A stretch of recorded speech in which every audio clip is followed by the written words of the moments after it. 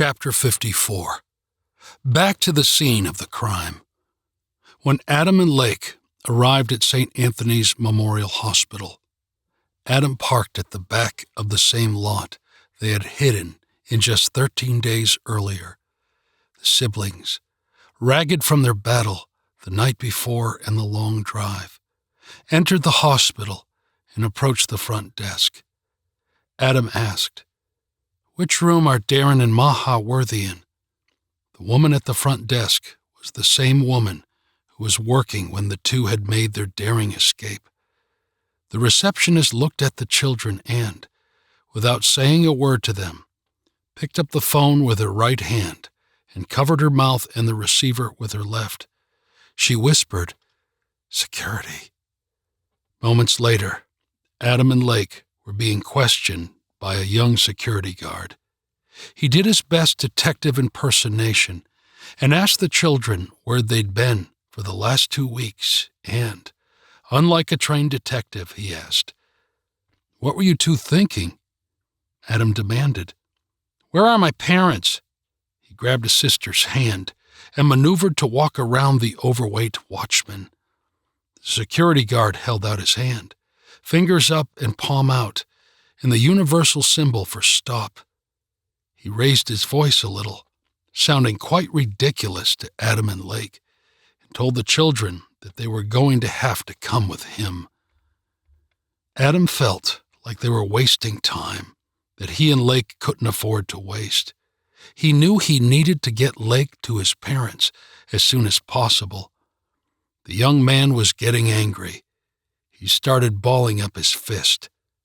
Lake noticed and tugged at his hand and told them to cool it with their big eyes. Adam knew the last thing he wanted to do was reveal his powers to the world or use them to harm anyone, especially after a sir had just warned them not to, but he was desperate to get to his mom and dad. He reluctantly took a few deep breaths to calm down. He had no idea how they were going to reach their parents now. Adam looked the man in his eyes and pleaded, "Please, let us pass." The security officer ignored the plea and guided the children farther and farther away from the patients' rooms and their parents. Lake couldn't believe that she and her brother had faced the world's most powerful demons, but couldn't get past one inept hospital security guard. There was nothing they could do without using or revealing their powers. And without their powers, they were just two kids who ran away. "What if they never let us see our parents?" Lake thought. "What if they split Adam and me apart?" Their panic was escalating quickly, and both felt as helpless as they did when they had first come to the hospital just after the crash. Lake could make the guard sick, and Adam knew he could easily overpower him. At that moment, he envisioned a ghoul standing before him, wearing that ridiculous uniform. Adam wished the man was a Jinn so that he would be able to swat him out of their way. The three met another guard, jingling a ring of keys connected to his belt with a long chain. He pulled the chain tight, taking a close look, searching for the key that opened the door they were all now standing in front of. He found it, and the door opened, revealing a storage room slightly larger than a broom closet full of cleaning supplies. It had a small round table in the center, and the kids were told to sit on the chairs that surrounded it. They were told that Carl Biggs was on his way, and he would take care of them. But the guard didn't say the phrase, "take care of them," caringly, but rather more in a threatening way. The first guard stayed, while the other promptly left. Adam listened to the keys jingle as they faded away down the long hallways. Adam said, "What exactly are we being held against our will for?" The guard ignored him. Adam continued, "We didn't break any laws." Actually, Adam wasn't sure if they had or hadn't broken any laws. The fat man quipped, "Tell it to the judge." "The judge?" Just calm down and sit still. Mr. Biggs will be here soon, and you two will no longer be my problem. Personally, I hope he hurries up." The guard sneered. Adam and Lake waited in tense silence for an unknown amount of time. Neither knew exactly how long it had been. They didn't know what to do, but they knew that they needed to get out. Adam spent his time staring daggers at the man sitting across the small table from him, the whole time wishing he had Verona's powers. The guard, however, seemed oblivious to the preteen's rage. He was enthralled by the book he was reading.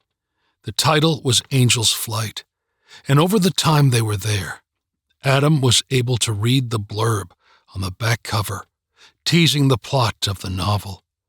It was about an old L.A. homicide detective trying to solve the mystery surrounding a heinous crime.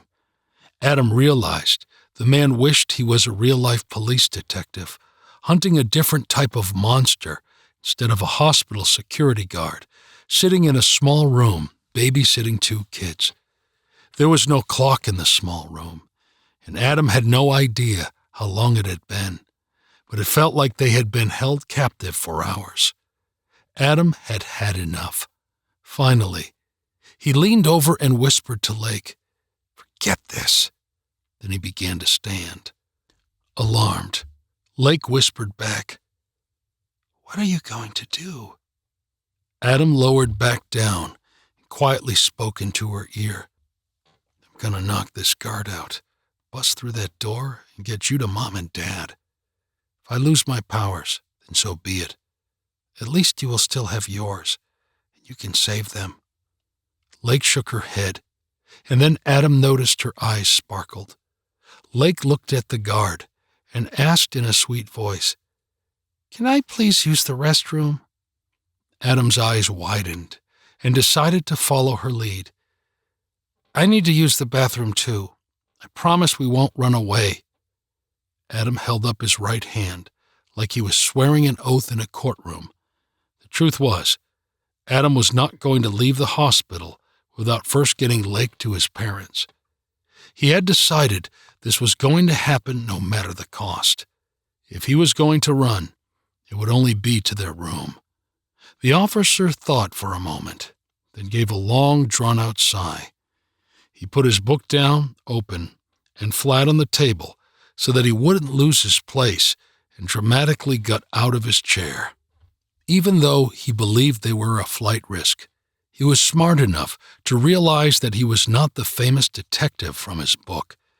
He was only a security guard, and he didn't want to end up on the evening news for not allowing a couple of grieving kids to use the restroom. "Why isn't this guy here yet?" he growled. "Come this way." He led them out of the small room. Adam and Lake followed the guard. As they walked down the hall, they were all startled when Adam and Lake heard a familiar voice behind them ask, "Where are you taking my grandchildren?"